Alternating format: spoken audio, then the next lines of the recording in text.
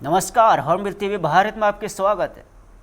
उत्तर प्रदेश के राजधानी लखनऊ से इस वक्त की बड़ी खबर सामने आ रही है, जहां उत्तर प्रदेश आतंकवाद निरोधक दस्ता यूपी एटीएस ने एक बड़े आतंकी मेडू का खुलासा किया है।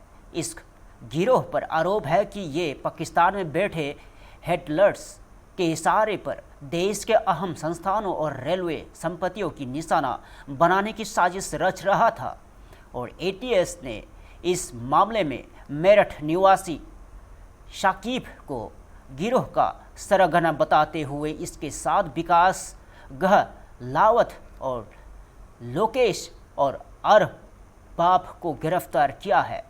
जांच में सामने आया है कि ये सभी आरोपी टेलीग्राम, सिग्नल और इंस्टाग्राम जैसे सोशल मीडिया प्लेटफॉर्म्स के जरिए पाकिस्तानी हेडलर्स के संपर्क में थे और बताया जा रहा है कि ये गिरोह देश के प्रतिष्ठित संस्थानों, रेलवे, सिग्नल बॉक्स और राजनीतिक हस्तियों की रेकी पर कर उनकी जानकारी विदेश भेज रहा था और इसके बाद इन ठिकानों पर आगजनी और विस्फोट की साजिश रची जा रही थी। सूत्र के मुताबिक आरोपियों के कुछ स्थानों पर छोटी घटनाओं को अंजाम भी दिया है और उनके वीडियो बनाकर हेडलर्स को भेजे। बदले में उन्हें QR कोड के जरिए पैसे मिल रहे थे। जांच एजेंसियों का यह भी दावा है कि आरोपियों को कट्टरपंथी विचारधारा से प्रभावित किया जा रहा था और देश में भय और अस्थिरता का माहौल बनाने की साजिश थी। फिलहाल एटीएस ने समय रहते कार्रवाई करते हुए सभी आरोपियों को गिरफ्तार कर लिया है और उनके पास से ज्वलनशील पदार्थ और कई मोबाइल फ़ोन और आपत्तिजनक सामग्री बरामद की गई है। इस पूरे मामले में आगे की जांच जारी है।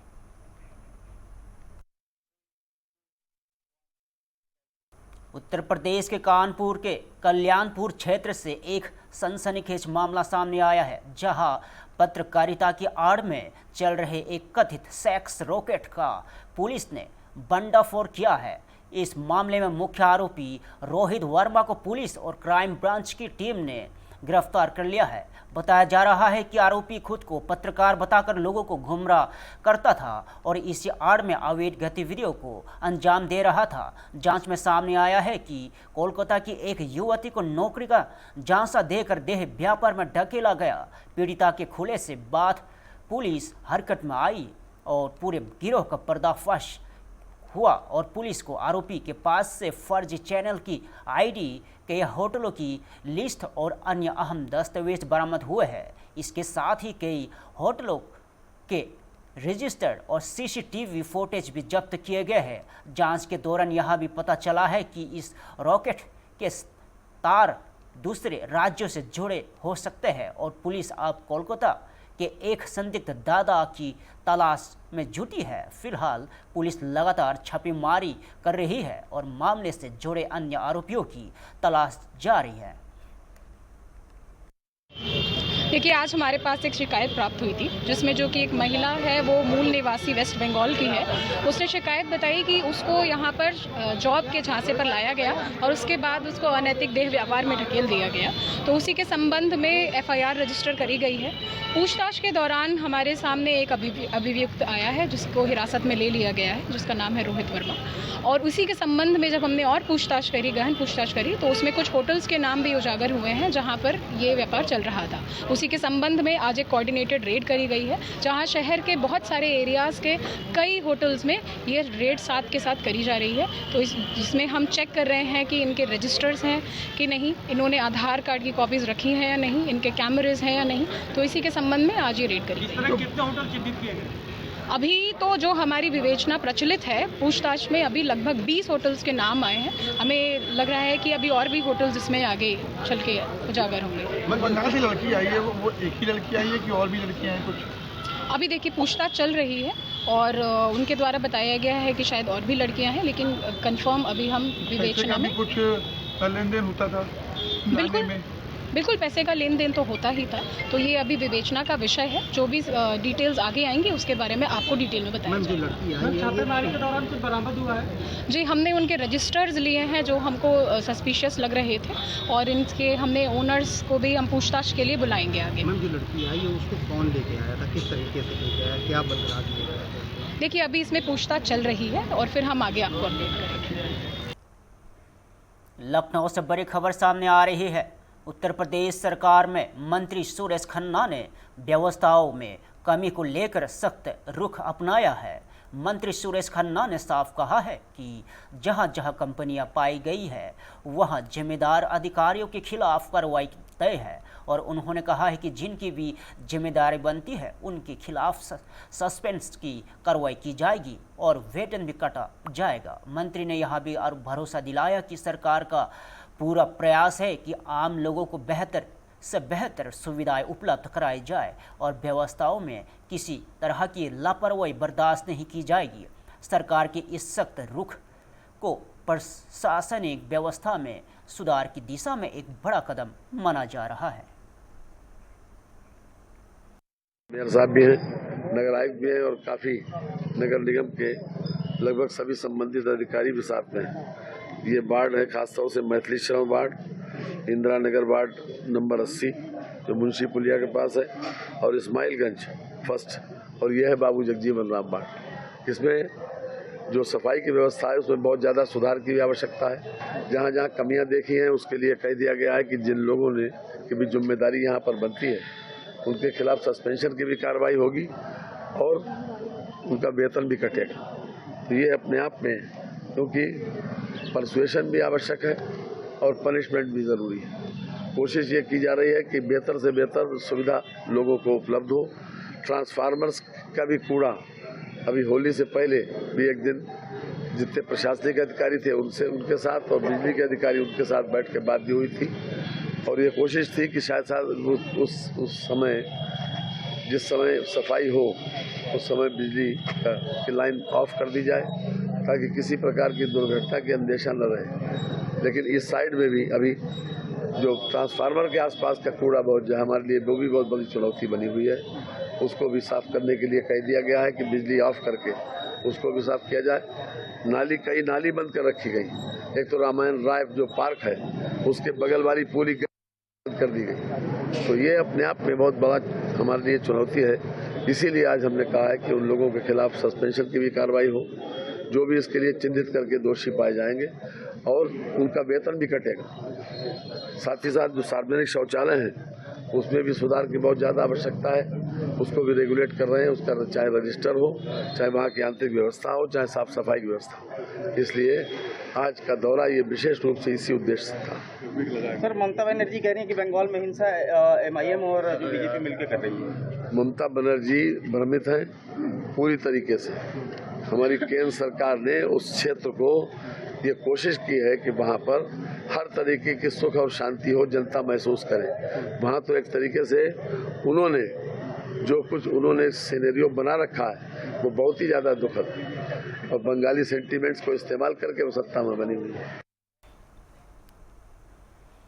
बड़ी खबर पश्चिम बंगाल के मालदा से सामने आ रही है, जहां हाल ही में हुई एक घटना ने राजनीतिक माहौल को गरमा दिया है। इस मुद्दे पर अनुराग ठाकुर ने तृणमूल कांग्रेस सरकार पर तीखा हमला बोला है। अनुराग ठाकुर ने का कहना है कि राज्य में पिछले 15 सालों से भ्रष्टाचार और भाई भतीजेवाद और घुसपैठ को बढ़ावा दिया जा रहा है। उन्होंने महिलाओं की सुरक्षा और युवाओं की स्थिति पर भी गंभीर सवाल उठाए। उनके मुताबिक मालदा में हुई घटना सामान्य नहीं है, बल्कि अधिकारियों को डराने और दबाव बनाने की कोशिश की गई है। उन्होंने यहां भी कहा है कि जब अधिकारी ही सुरक्षित नहीं है तो आम जनता की स्थिति का अंदाजा लगाया जा सकता है। इस बीच राज्य की सत्ता संभाल रही ममता बनर्जी और उनकी पार्टी की ओर से अभी तक इस बयान पर आधिकारिक प्रतिक्रिया का इंतजार है। फिलहाल पुलिस और प्रशासन पूरे मामले की जांच में जुटे हुए हैं, और अब देखना होगा कि जांच में क्या तथ्य सामने आते हैं और इस पर सियासत किस दिशा में जाती है। तृणमूल कांग्रेस 15 साल से बंगाल में भ्रष्टाचार, भाई भतीजावाद और घुसपैठ को संरक्षण भी दे रही है और बढ़ावा भी दे रही है। महिलाएं असुरक्षित हैं। एक के बाद दूसरा कांड, जो बलात्कार हुए, जिस तरह से अन्याय महिलाओं के साथ हुआ, बंगाल के युवाओं के साथ जो हुआ, आज पूरा देश देखा है। आज यहाँ अधिकारी और न्यायिक अधिकारी भी अपने आप को सुरक्षित नहीं मानते। मालदा में, मोतीवाड़ा में जो हुआ है वो कोई सामान्य घटना नहीं है। किस तरह से अधिकारियों को डराने का काम किया गया और एक बड़ा षड्यंत्र रचा जा रहा था। अगर ये हालत आज बंगाल की है तो आप कल्पना कर सकते हैं कि आम नागरिक कैसे जी रहा होगा, किस डर के साए में जी रहा होगा, महिलाओं के ऊपर क्या बीत रही होगी। एक वर्ग के लोगों की एक आंख लव जिहाद पर है तो दूसरी आंख लैंड जिहाद पर है। ऐसा क्यों? और उनको संरक्षण क्यों? इससे किसका भला हो रहा है? हजारों करोड़ रुपए का घोटाला हो गया, चाहे मिड डे मील की बात हो, चाहे राशन की बात हो, चाहे कोयला घोटाले की बात हो, शिक्षा भर्ती घोटाले की बात हो। घोटाले पे घोटाला हुआ, मंत्रियों के घरों से करोड़ों रुपए पकड़े गए और जब उनके ऊपर जांच भी चल रही थी, बाकी जांच चल रही है, तो ममता बनर्जी जी सड़कों पर उतरती है, जांच एजेंसियों को घेरती है और उनके जांच में अवरोध पैदा करती हैं। हिंदुस्तान के इतिहास में केवल एक मुख्यमंत्री हुई जो जांच एजेंसियों की जांच में रोड़ा पैदा करती हैं, वो रोकती है और भ्रष्टाचारियों को संरक्षण देती है। जिस तरह का एनवायरनमेंट है अभी, इलेक्शन किस तरह से हो पाएगा बोल के आपको लगता है?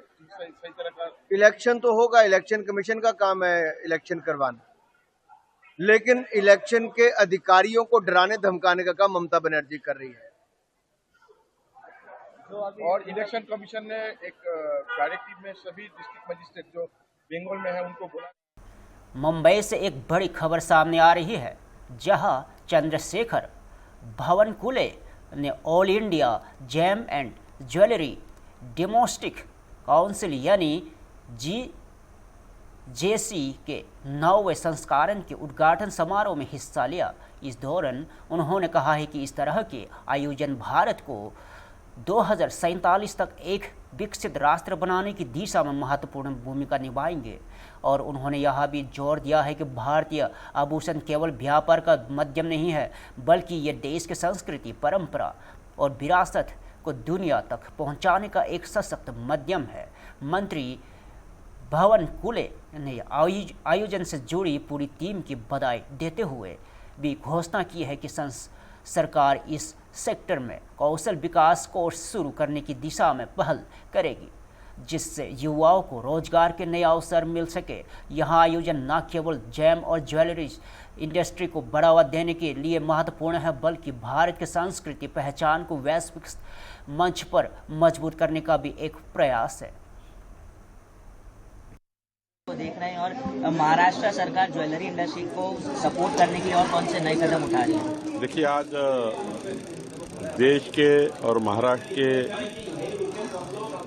विकास की नींव रखने वाला 9वां संस्करण यहाँ पे ज्वेलर्स का इस एसोसिएशन का हुआ है और जिस प्रकार का आयोजन है, मुझे लगता है कि विकसित भारत 2047 के लिए एक नई नींव रखने वाला एक बहुत बड़ा ये प्रदर्शन है, जिसमें हमारी ज्वेलरी पूरे विश्व में पहुंचे, हमारी आधुनिक तकनीक पूरे विश्व में पहुंचे और साथ साथ में हमारे संस्कार संस्कृति का भी प्रदर्शन यहाँ हुआ है।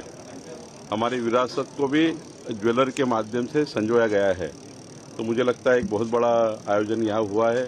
राजेश रोकड़े जी जो प्रेसिडेंट है, हमारे अविनाश जी यहाँ पर, गुप्ता जी है, पूरी टीम है। निश्चित रूप से मैं उनको बहुत बहुत बधाई देता हूँ और उनका जो सपना है कि नागपुर में सोने चांदी का एक क्लस्टर बने, उनकी दूसरी डिमांड एक बहुत महत्वपूर्ण है कि जो स्किल डेवलपमेंट हमारा है इस व्यवसाय में, वो 4-4 साल लगते हैं एक हमारे कारागिर को स्किल करने के लिए।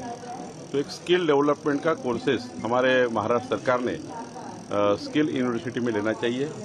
एक उसके लिए कोई अगर यूनिवर्सिटी भी बनती है तो वो देनी चाहिए तो निश्चित रूप से सरकार इस पर पहल करेगी। हमारे मुख्यमंत्री देवेंद्र फडणवीस जी पहले से ही सभी उद्यमी के पीछे ताकत से खड़े हैं। हमारी सरकार पूरी मजबूती के साथ सभी उद्यमियों को मदद करेगी और इस व्यापार व्यवसाय को पूरे विश्व का एक हमारा जो भारत है सोने की चिड़िया ऐसा कहते हैं, इस सोने की चिड़िया जो भारत देश है इसको मजबूत करने का प्रयास यहाँ पे होने जा रहा है। मैं इन सबको बधाई देने के लिए आया हूँ। सर आखिरी सवाल, जिस प्रकार से एक हम टेक्सटाइल पार्क देखते हैं, क्या आने वाले दिनों में हम मुंबई और नवी मुंबई के आसपास एक नया ज्वेलरी थीम पार्क भी बनते हुए देखते हैं? हाँ, एक डिमांड है, नागपुर में है, मुंबई में है। निश्चित रूप से एसोसिएशन से बात करके हम लोग इसके भी आगे जाएंगे। सर यूनिफॉर्म सिविल कोड को लेके गुजरात में विरोध हो रहा है, all India Muslim personal law board की तरफ से, क्या कहना चाहिए? देखिए, उनका विरोध स्वाभाविक है। सिविल कोड का विरोध वो इसलिए करते हैं कि जो हमारे भारत को मजबूत करने वाला ये यूनिफॉर्म सिविल कोड है, तो ये लोग उसका बात के बतंगड़ बना के गलत अफवाहें फैला के इस कानून को विरोध करना चाहती है। लेकिन भारत सरकार और भारत की मजबूती के लिए कानून लाया है। इसमें हमारे 140 करोड़ भारतीयों का मजबूती का एक प्रयास होने वाला है। उत्तर प्रदेश के प्रयागराज से एक अहम राजनीतिक बयान सामने आया है।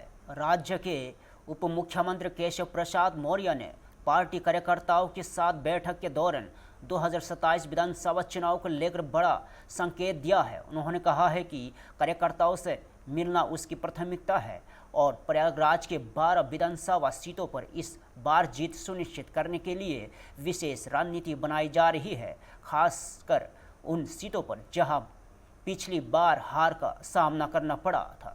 और इस दौरान उन्होंने अखिलेश यादव पर भी निशाना साधते हुए कहा है कि वे 2014 से लगातार दावे कर रहे हैं कि लेकिन जनता हर बार उनके दावे को नकार देती है। केशव प्रसाद मौर्य ने यह भी कहा है कि उनकी सरकार की प्राथमिकता महिला सम्मान और विकास है। इसके साथ ही उन्होंने पश्चिम बंगाल की तृणमूल कांग्रेस सरकार पर भी हमला बोला और आरोप लगाया कि वह लोकतंत्र विरोधी माहौल है, अपराधियों को संरक्षण दिया जा रहा है और घुसपैठ को बढ़ावा मिल रहा है। उन्होंने दावा किया है कि पश्चिम बंगाल की जनता बदलाव चाहती है। फिलहाल इन बयानों से साफ है कि आने वाले चुनाव को लेकर सियासी माहौल तेज होता जा रहा है। कार्यकर्ताओं के साथ जब प्रयागराज आएंगे तो मिलना, जनता की जो समस्याएं उनको सुनना और जो समस्याएं उनका समाधान कराना, यह हम लोगों की प्राथमिकता रहती है। उसी प्राथमिकता में से कार्यकर्ताओं से भेंट भी किए हैं, जनता की समस्याएं भी सुने हैं, समाधान के लिए आवश्यक निर्देश भी दिए। 2027 में प्रयागराज में 12 विधानसभा सीटें हैं और जो हम सीटें पिछली बार लूज कर गए थे, इस बार वहाँ पर भी कमल खिले, वहाँ भी भाजपा जीते, एनडीए जीते, इसका हम लोग प्रयास कर रहे हैं। चूँकि 12 सीटों में से 8 हमारे पास है, 4 विपक्षियों के पास है और अगली बार 12 की 12 सीटें भाजपा और एनडीए के पास रहे, इसका प्रयास कर रहे हैं। अखिलेश यादव तमाम दावे कर रहे हैं, उनका कहना है कि 27 में हम बदल देंगे। तो दावे 2014 से कर रहे हैं, लेकिन उनके दावे की जनता हवा निकाल देती है और 27 में इतनी ज़्यादा हवा निकल जाएगी कि फिर आगे दावा करना शायद बंद कर देंगे। अखिलेश यादव का कहना है कि भाजपा में नारी सम्मान का अध्याय लिखा ही नहीं गया है। देखिए, श्री अखिलेश यादव जी अगर इस प्रकार की बातें ना करें तो उनके लिए अच्छा रहेगा। मैंने कल भी कहा था, महिला सशक्तिकरण, बेटी बचाओ बेटी पढ़ाओ, उनके सम्मान, उनके सुरक्षा, उनके विकास का सब प्रकार से ध्यान रखा जाना, यह हमारी सरकार की भी और हमारी पार्टी की भी प्राथमिकता है। ये कहा जा रहा है कि बंगाल में सर जो हालात हैं वो एक तरीके से बहुत खराब होते जा रहे हैं। देखिए, हम लोग संघर्ष कर रहे हैं, एक ऐसी लोकतंत्र विरोधी सरकार, अपराधियों को संरक्षण देने वाली सरकार, घुसपैठियों को वोटर बनाने वाली सरकार जो टीएमसी की पश्चिम बंगाल में है, उसको पश्चिम बंगाल की जनता भी उखाड़ करके फेंक देना चाहती है और भारतीय जनता पार्टी पूरी ताकत से लगी है और हमें पूरी उम्मीद है इस बार पश्चिम बंगाल में भाजपा की सरकार जरूर बनेगी। ममता बनर्जी ने अपने महिलाओं से ये कहा कि वो झाड़ू बर्तन लेके निकले, लेकिन अब वो अपने बयान से पलटती नजर आ रही है। किस तरह से ऐसे? ये ममता दीदी इस समय बौखलाहट में है, जैसे देश में श्री राहुल गांधी बौखलाहट में है सत्ता के बिना, उत्तर प्रदेश में अखिलेश यादव जी हैं सत्ता के बिना व्याकुल हैं, वैसे जिनकी सत्ता जा रही है, जो सत्ता की मलाई खा करके और पश्चिम बंगाल को बर्बाद कर दिया, आज पश्चिम बंगाल से बहुत विकास में आगे श्री नीतीश कुमार जी के नेतृत्व में बिहार कर चुका है, जबकि पश्चिम बंगाल की तुलना महाराष्ट्र से की जाती थी। लेकिन आज पश्चिम बंगाल देश में सबसे पिछड़ा हुआ जिला बन करके खड़ा हो गया है, और उसका दोष मैं अगर किसी को दूंगा तो पहले कम्युनिस्ट पार्टी की वहाँ सरकार थी, उसने कुछ विकास नहीं किया, और 15 साल से टीएमसी की सरकार है, इसने विकास नहीं किया। बदलाव होगा क्या इस बार? निश्चित होगा। अखिलेश यादव बार बार जो है हमला कर रहे हैं और सीधे आप पर ही वो हमला रहते हैं। कोई बात नहीं, उनको हमला करने दो। हमारे ऊपर जितने हमले करेंगे उसका जवाब प्रदेश की जनता देगी। प्रदेश की जनता उनको ब्याज के साथ हिसाब चुकता करने के लिए तैयार बैठे। उन्होंने कहा है कि सरकार ग्रीन कॉरिडोर नहीं बना रही है, ये जो है सिर्फ दिखावा है, विकास नहीं है, विनाश है।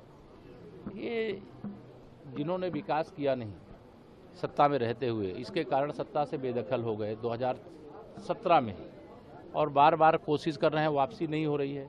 तो केवल हमारे प्रचार से नहीं, जनता समझती है समाजवादी पार्टी का चरित्र।